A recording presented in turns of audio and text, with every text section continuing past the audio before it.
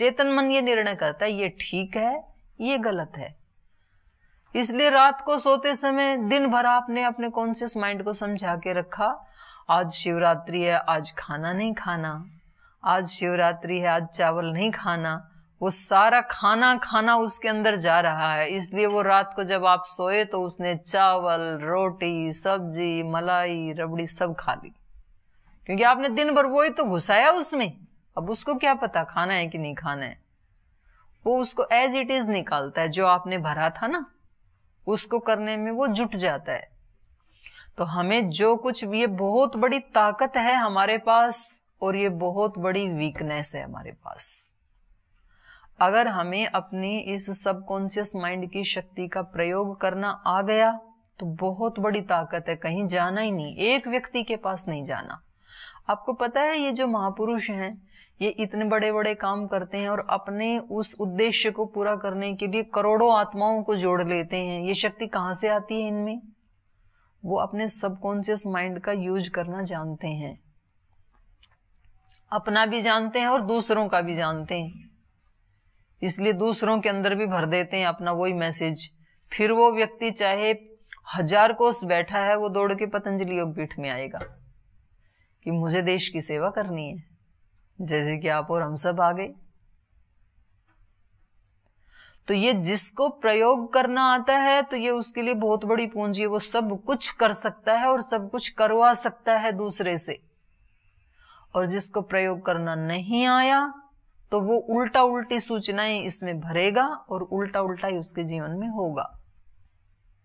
जो हम करवाना चाहते हैं उससे वो हो जाएगा। और कोई प्रश्न?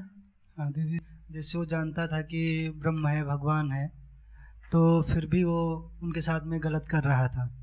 उनका चिंतन तो हो ही रहा था, जब उनको याद करता था भयभीत होता था उनसे। तो क्यों कर रहा था ये प्रश्न है ना आपका।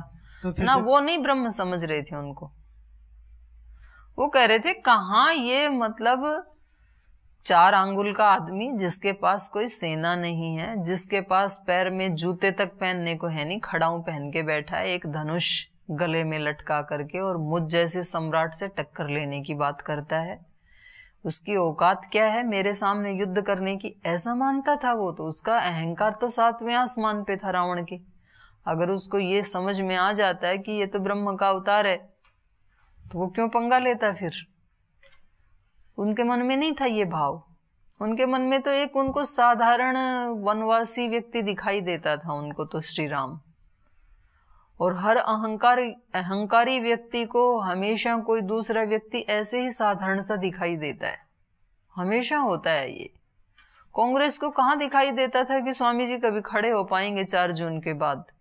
बोले ये एक सन्यासी व्यक्ति लाल कपड़े पहन करके ये बड़ी बड़ी बातें करते हैं हमारे साथ, ये शिक्षा व्यवस्था को परिवर्तन करने की बात करते हैं, ये काले धन की बात करते हैं, इसको आज ही रात को बता देते हैं। उनको थोड़े ना पता था कि ये लाल कपड़े पहनने वाला और खड़ाऊं पहनने वाला व्यक्ति जो है मल्टीनेशनल कंपनियों का भी शीर्षासन करवा देगा और व्यवस्थाओं का भी और राजनीति का भी, सब इतना बड़ा सब।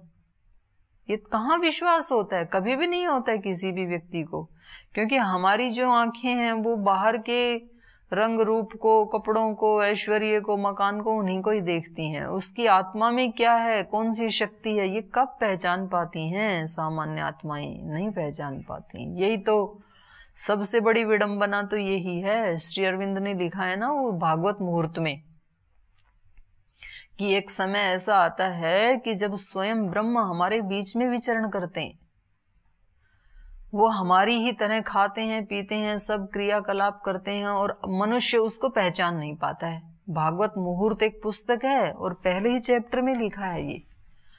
और वो ऐसी घड़ियां होती हैं जब थोड़ा सा किया हुआ पुरुषार्थ विराट फल लाने वाला होता है। उस घड़ी में अगर थोड़ा सा पुरुषार्थ कर लें तो उसका फल विराट आने वाला होता है। और फिर वो भी घड़ियां आती हैं जब वो अपने धाम को लौट जाते हैं, और उस समय उन घड़ियों में इतना सा परिणाम लाने के लिए इतना पुरुषार्थ करना होता है। माने परिणाम छोटा सा आएगा और पुरुषार्थ बहुत बड़ा करना होता है। तो उन्होंने लिखा है कि बहुत दुर्भाग्यशाली होते हैं वे लोग जो उनके धरती पर आने पर भी उस ब्रह्म के, उस विभूति के संपर्क में नहीं आते। उससे भी ज्यादा दुर्भाग्यशाली हैं वे लोग जिन्होंने उनके स्वागत के लिए आरती का थाल तो सजाया था, लेकिन वो उनको पहचान नहीं पाई। अर्थात वो बिल्कुल नजदीक रहने वाले लोग भी नहीं पहचान पाते हैं। वो अत्यंत दुर्भाग्यशाली होते हैं। मंथरा को कहाँ पहचान में आया भाई? उन्हीं के तो घर में रहती थी, उसको राम की क्वालिटीज पहचान में भी नहीं आई, इसलिए अपने जीवन को भी दुख में डाल दिया और परिवार के जीवन को भी दुख में डाल दिया। हनुमान जी पहचान गई। पहचानने के लिए भी तो आंख चाहिए ना। वो कौन व्यक्ति कैसा है, उसकी क्या क्वालिटी है, उसको पहचानने के लिए भी तो दृष्टि चाहिए। नहीं तो ब्रह्म तो खुला है, कोई छिपा हुआ थोड़े ही है। अब जिनके पास दृष्टि है वो पहचान लेते हैं। वो तो सूरज में भी, चांद में भी, फल में भी, फूल में भी, वायु में भी, सब जगह पहचान लेते हैं वो। अब जिसको नहीं पहचानने की दृष्टि है उसको तो चाहे साक्षात लाके खड़ा कर दो उसके सामने, तो भी उसको तो डाउट आएगा। तो सब कुछ है, सकल पदार्थ हैं जग माही, कर्महीन नर पावत नाही। सब कुछ तो है, पाते तो हम उतना ही। अब हम उपनिषद पढ़ रहे हैं, उपनिषद में से हम कितना सीख पा रहे हैं? जितनी हमारी सामर्थ्य है। थोड़ा ही हम उस ऋषि का 100 का 100% सीख पा रहे हैं। वो क्या हमें सिखाना चाह रहे हैं। सीख जाएं तो एक ही मंत्र काफी है, रोज पढ़ने की भी क्या जरूरत है फिर। और रोज पढ़ रहे उसमें से भी यहाँ 50-60 लोग यदि पढ़ते हैं तो सबका जो ग्रहण करने की जो शक्ति वो अलग अलग है। वो अलग अलग को ही ग्रहण करते हैं। कल मैंने गीता के पाठ में एक होमवर्क दिया सभी विद्यार्थियों को कि कल आप सुबह सुबह सूर्य को देखना, उसको प्रणाम करना और सूर्य से पूछना कि आज आप मेरे लिए एक नया सूर्योदय हुआ, एक नया दिन मुझे मिला है, तो आज के दिन के लिए मेरे लिए क्या मैसेज है, मुझे क्या करना है। तो वो बात करके आई। फिर आज मैंने पूछा कि आपने बात की तो आपको क्या उत्तर दिया सूर्य ने, क्या मैसेज दिया। सबके अलग अलग थे और सबके ठीक थे, अच्छे थे, ऐसा नहीं है कुछ गलत थे, लेकिन थे अलग अलग। आपसे भी मैं पूछूं कि आज मैंने इस कक्षा में क्या क्या पढ़ाया, जैसे पाठ के बाद पूछूं, आपके सब के उत्तर अलग अलग होंगे। क्योंकि जिस समय आप अत्यंत जागरूक थे और वो शब्द जब आपकी आत्मा के साथ टच हुआ उसको आपने ग्रिप कर लिया, बाकी के निकल गई। अब पता नहीं कौन सी आत्मा किस समय जागरूक है, किस समय कहीं और चली गई। तो जब कहीं और ध्यान चला गया, वो शब्द कितना भी महान क्यों ना हो, वो हमारे लिए कोई परिणाम नहीं लाएगा। और जिस समय हम बहुत जागरूक थे, जिस क्षण में, उस समय जो शब्द पकड़ में आ गया वो सदा सदा के लिए हमारा खजाना बन गया। पकड़ वो ही पाएंगे हम जितनी हमारी सामर्थ्य और जितनी हमारी जागरूकता है। तो चलो इनका प्रश्न पूरा हुआ। तो अब इंद्र के बारे में देखते हैं। इन्होंने विरोचन जो है, इन्होंने तो अपने वहां जाकर के उपदेश सुना दिया सबको। तो जो बहुत उतावले लोग होते हैं ना, तो समझ लो कि अभी उनमें दैवी संपदा की कमी है, आसुरी संपदा का आधिक्य है। क्योंकि ये बहुत उतावले हुए ना, सोचा भी नहीं कि भाई आत्मा के बारे में कह रहे थे तो ये है या नहीं है। जल्दी से सुन के आए और बोले मैंने सब जान लिया, सब अनाउंस कर दिया, खाओ पियो मौज करो, यही आत्मा है, इसकी महिमा है, इसको महिमाशाली बनाओ। अब इनका सुनते हैं, चलिए आगे। अथः इंद्र अप्राप्य एव देवान् एतद्भयं ददर्श यथैव खलु अयम् अस्मिन् शरीरे साध्वलंकृते साध्वलंकृतो भवति, सुवसने सुवसन, परिष्कृते परिष्कृत, एवं एव अयम् अस्मिन् अनन्धे अन्धो भवति, श्रामे श्रामः, परिवृक्णे परिवृक्णो, अस्य एव शरीरस्य नाशम अन्वेष नश्यति, न अहम अत्र भोग्यम पश्यामि इति। इंद्र को डाउट आ गया, क्योंकि सुनने के बाद मनन भी तो करना होता है। अगले व्यक्ति ने क्या कह दिया उसको सुनकर के सीधा एक्शन थोड़ी लेना होता है। तो मैंने करवाई थी ना एक्सरसाइज आपको एक दिन, तो तो आपने मेरे को देख करके नकल मार के वहीं उंगली डाली। मैं बोल रही हूं उसके ऊपर मनन नहीं किया बुद्धि ने कि थोड़ी बोल रही है तो थोड़ी पे उंगली लगाई। तो हम तुरंत एक्शन लेते हैं देख के किसी चीज को, और कभी तो सुन के भी लेते हैं, पर उसको ठीक से नहीं सुनते हैं। सुना तो था ही कान ने आपके, पर वो सुने हुए के ऊपर फिर मनन नहीं हुआ कि जो कह रहे हैं उसका क्या अर्थ है। तो विरोचन ने तो मनन नहीं किया, इंद्र ने मनन किया। अथः इंद्र अप्राप्य एव देवान, अभी देवों के पास पहुंचा नहीं, रास्ते में ही था। अप्राप्य एव देवान इंद्र एतद भयम ददर्श, उसको ये भय दिखाई दिया, उसने इस भय को देखा, इस आत्मा के उपदेश के बारे में। कौन सा भय देखा? यथैव खलु अयम अस्मिन् शरीरे साधु अलंकृते साध्व अलंकृतो भवति। करें जैसे हमने ये शरीर देखा, परछाई पानी में देखी थी आत्मा की, तो जब इस शरीर को अच्छे से अलंकृत किया तो परछाई में भी अलंकृत दिखाई दे रहा था। साध्व अलंकृते साध्व अलंकृतो भवति, सुवसने सुवसने, अच्छे कपड़े पहने तो आत्मा भी कैसा दिखाई दे रहा था? अच्छे कपड़े वाला दिखाई दे रहा था, सुवसन दिखाई दे रहा था। परिष्कृते परिष्कृत, जब इसको परिष्कृत किया शरीर को तो आत्मा भी परिष्कृत हो गया। तो कह रहे एवं एव अयम अस्मिन, तो कह रहे इसी प्रकार से ये जो आत्मा है इस शरीर में रहते हुए अंधे अंधो भवति, अगर ये शरीर अंधा हो जाए तो आत्मा भी क्या होगा? फिर अंधा होगा, क्योंकि जब कपड़े पहनने से चेंज आ रहा है तो शरीर में कोई विकार आने से भी तो आत्मा विकारित होगा ना। तो अंधे अंधो भवति, श्रामे श्रामः, श्राम कहते हैं काणा, अगर काणा होता है एक आंख खराब होने वाला, अंधा होता है दोनों आंख खराब होना। तो कह रहे हैं श्रामे, इसके काणा होने पर, शरीर के काणा होने पर श्राम भवति, फिर ये भी काणा हो जाता है। परिवृक्णे परिवृक्ण परिवृक्णो भवति, लंगड़ा होने से ये आत्मा भी लंगड़ा हो जाएगा फिर तो। और अस्यव शरीरस्य नाशम, और यदि जब इस शरीर का नाश हो जाए, मर जाए, तो आत्मा भी मर जाएगी। फिर जब शरीर के अनुसार ही उसमें चेंज आ रहे हैं, सामान्य कपड़े पहने तो सामान्य दिख रहा है आत्मा, अच्छे कपड़े पहने तो अच्छे कपड़े वाला दिख रहा है, अलंकार किए तो अलंकार वाला दिख रहा है। तो इसी प्रकार से जब शरीर का नाश होगा तो आत्मा भी अनुएश, इसके अनुसार ही, इसका अनुक्रमण करते हुए ही मर भी जाएगा, नाश को प्राप्त हो जाएगा। अनुएश नश्यति, इस शरीर के साथ साथ ही इस शरीर के पीछे पीछे फिर आत्मा भी नाश को प्राप्त होगी।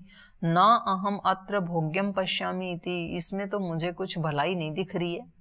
भोग्यम मतलब कुछ भलाई, कुछ फल, कोई औचित्य। भाई इस उपदेश में तो मुझे कोई औचित्य नहीं दिख रहा है, कोई भलाई नहीं दिख रही, कुछ ना कुछ तो गड़बड़ है। क्योंकि आत्मा को क्या बताया था उन्होंने? अमृत बताया था, अभय बताया था, अविनाशी बताया था, और ये तो चेंज हो रहा है शरीर के कपड़ों के साथ, अलंकारों के साथ। तो इस आत्मा में तो मुझे कुछ डाउट लग रहा है, ये आत्मा नहीं हो सकती है, ऐसे उसके मन में आया। स समित पाणिः पुनः एयाय तमह प्रजापति उवाच मघवन् यत् क्षान्त हृदय प्रावाजीः सार्धं विरोचनेन किमिच्छन् पुनः आगम इति। स होवाच यथैव खलु अयं भगवो अस्मिन् शरीरे साध्वालंकृते साध्वालंकृतो भवति, सुवसने सुवसनः, परिष्कृते परिष्कृत, एवं एव अयम् अस्मिन् अंधे अंधो भवति, श्रामे श्रामः, परिवृक्णे परिवृक्णो, अस्यैव शरीरस्य नाशम अनु एष नस्यति, न अहम अत्र भोग्यम पश्यामि इति। तो वापस आ गया। स समित पाणी पुनः एयाय, फिर से समित पाणी होकर के पुनः एयाय आ गया, इणगतौ धातु, वापस गुरुजी के पास ही आ गया वो तो।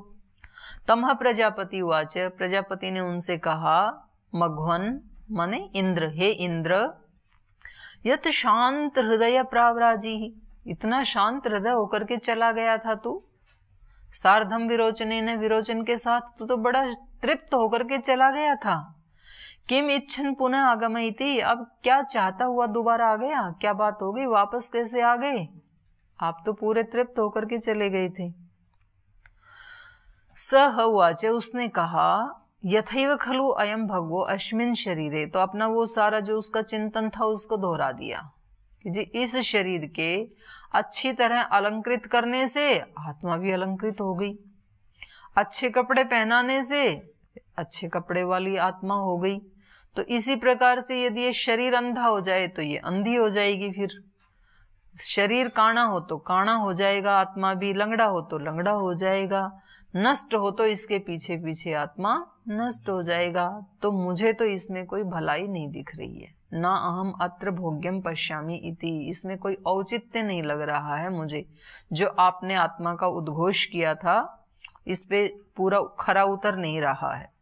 एवं एव एष मघवन इति होवाच तम तु एव ते भूयो अनुव्याख्यास्यामि वस अपराणि 32 वर्षाणि इति। सह अपराणि 32 वर्षाणि उवास तस्मै होवाच।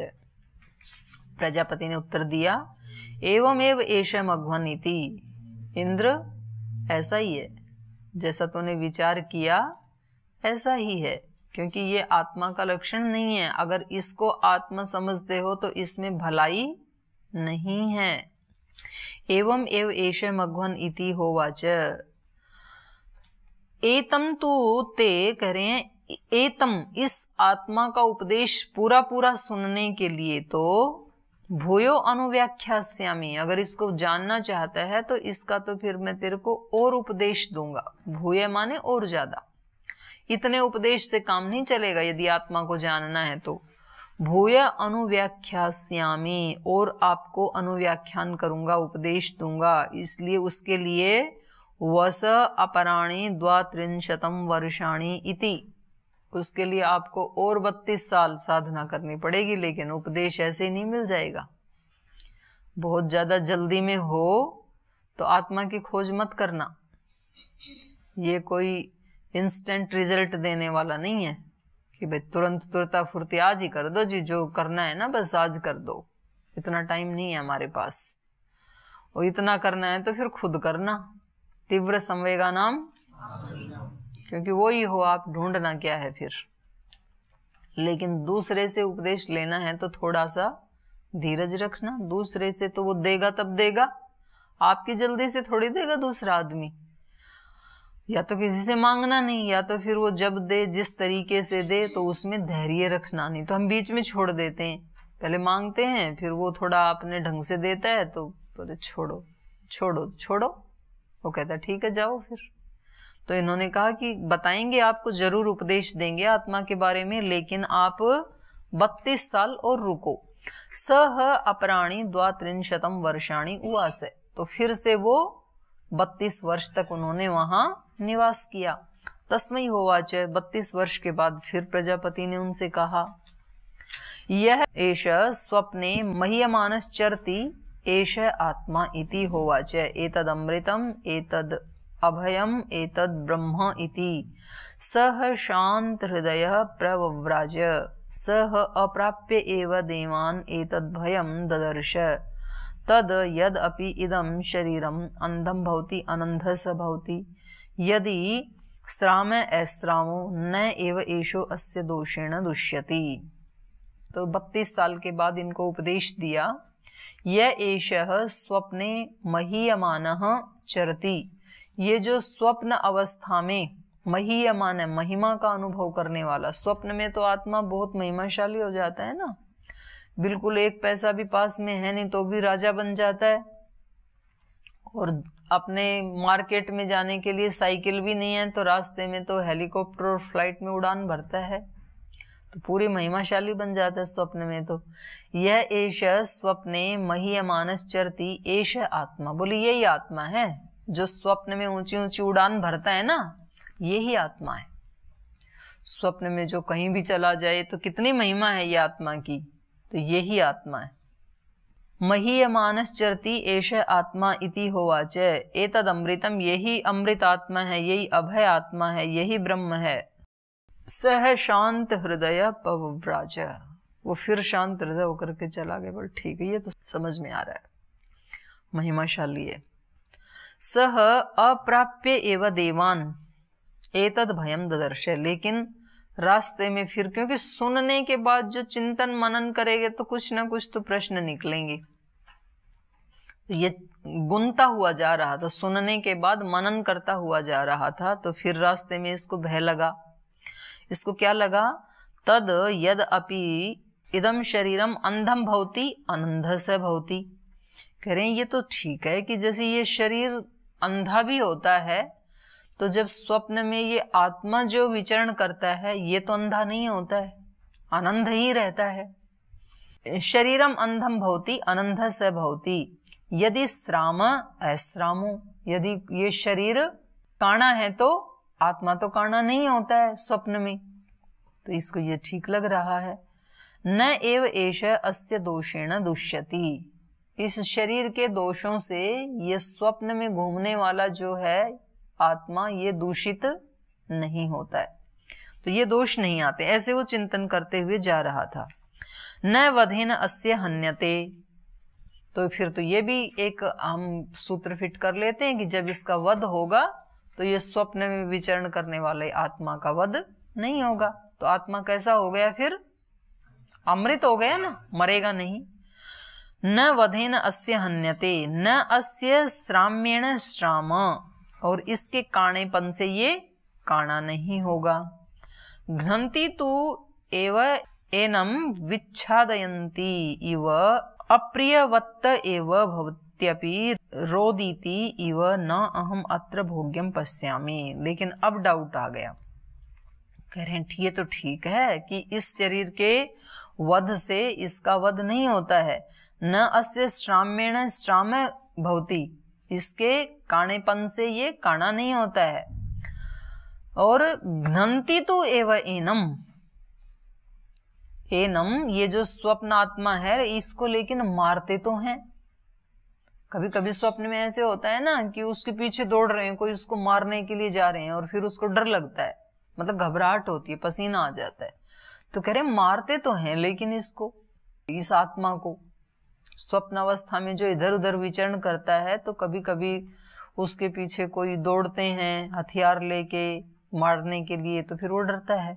घ्नन्ति तु एव एनम, इसको मारते तो हैं स्वप्न अवस्था में। और विच्छादयन्ति इव, मानो इसका पीछा कर रहे हैं।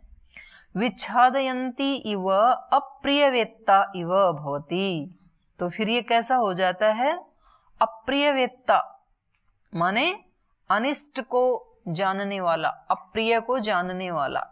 उस समय इसको अप्रिय लगता है, उस अप्रिय का जानने वाला, तो ये होता है अप्रिय वेता इव भवति। तो पसीने से आ जाते हैं ना कभी कि अप्रिय ही हो जाता है, ऐसा तो नहीं, इसलिए इव लगाया, क्योंकि जब उसको जगाया जाता है तो फिर नॉर्मल हो जाता है।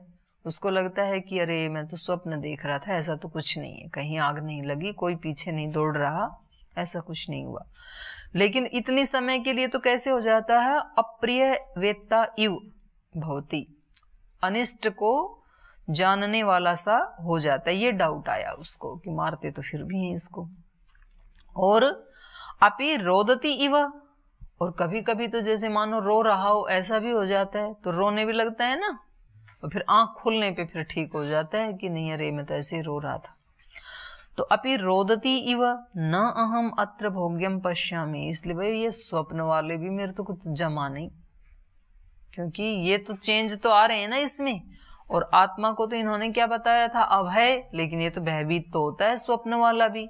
ये तो ठीक है कि शरीर का प्रभाव इस पे नहीं पड़ता है, लेकिन ना पड़ते हुए भी ये कभी रोता हुआ सा दिखता है, कभी ये घबराता हुआ सा अनिष्ट वेत्ता सा लगता है। तो मुझे ये अमृत और अभय तो नहीं लग रहा है, इसमें तो कुछ तो है। स समित पाणी पुनः एयाय तमह प्रजापति उवाच मघ्वन् यत्क्षान्त हृदय प्रावराजीः किमिच्छन् पुनः आगमयति। स होवाच तद यद अपि इदं भगवः शरीरम् अंधं भवति अनन्धः स भवति यदि श्रामः अश्रामो न एव अस्य दोषेण दुष्यति। लेकिन आगे फिर न वधेन अस्य हन्यते न अस्य श्राम्येण श्रामो घ्नन्ति तु एव एनम विच्छादयन्ति इव अप्रियवेत्ता इव भवति अपि रोदति इव न अहम अत्र भोग्यं पश्यामि इति एवं एव एष मघ्वन् इति। होवाच एतं तु एव ते भूयो अनुव्याख्यास्यामि वस अपराणि 32 वर्षाणि इति। सह अपराणि 32 वर्षाणि उवास। तो वो फिर से आ गया, उसको डाउट हुआ, तो समित पाणी होकर के पुनः ए आय। तम है प्रजापति उवाच, फिर उससे प्रजापति ने कहा कि फिर आ गए हैं आप तो। तम है प्रजापति उवाच मघ्वन यत् शांत हृदय प्रवाजी। अब की बार तो बड़े शांत होकर के गए थे, अकेले ही उपदेश सुन के गए थे, तो अब दोबारा क्यों, कैसे पुनः आगमन हो गया? कि मिच्छन पुनः आगमन इति, फिर क्यों वापस आ गई? सहोवाच, उसने कहा कि यद्यपि भगवान इस शरीर के अंधा होने से ये स्वप्न वाला आत्मा अंधा नहीं होता है, और इसके काणा होने से, इसके काणेपन से स्वप्न वाले आत्मा में काणापन भी नहीं आता है। न एव एष अस्य दोषेण दुष्यति। ये जो स्वप्न वाला आत्मा है इस शरीर के किसी भी दोष से दूषित यद्यपि नहीं होता है। ये यहां तक तो आ गया समझ में। न वधेन अस्य हन्यते, और मुझे ये भी लगता है कि इसके वध से ये स्वप्न वाला का वध भी नहीं होगा।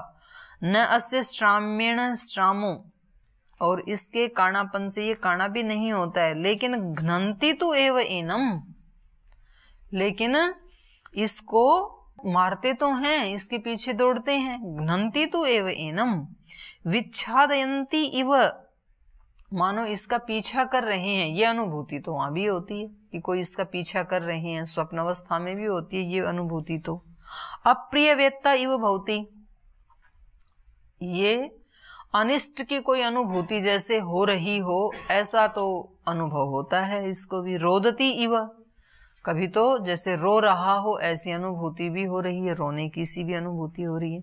ना अहम अत्र भोग्यम पश्यामि, इसलिए यहाँ भी मेरे को कुछ तो गड़बड़ लग रही है, औचित्य नहीं दिख रहा है। तो गुरुजी ने कहा एवं एव एष मघ्वन इति। हाँ, आपने ठीक सोचा, ये ऐसा ही है। ये आत्मा का पूरा उपदेश नहीं है। ये जो स्वप्न वाला जो आत्मा है ये अमृत अभय ब्रह्म नहीं है, ऐसा ही है ये, तो जैसा आपने सोचा। तो फिर इन्होंने कहा कि भाई ठीक से उपदेश दो। तो कहा एतम तु एवते भूयो अनुव्याख्यास्यामि वसह अपराणि 32 वर्षाणि इति। इसके लिए आपको 32 साल और साधना करनी पड़ेगी, ऐसे थोड़े मिल जाएगा। तो उन्होंने कहा ठीक है, हमें भी ये लेके ही जाना है इसका उपदेश। तो उन्होंने फिर 32 वर्ष तक तीसरी बार और तप किया। तो कितने वर्ष हो गए? 32 96 96 हो गए। आगे क्या होता है वो फिर कल पढ़ेंगे।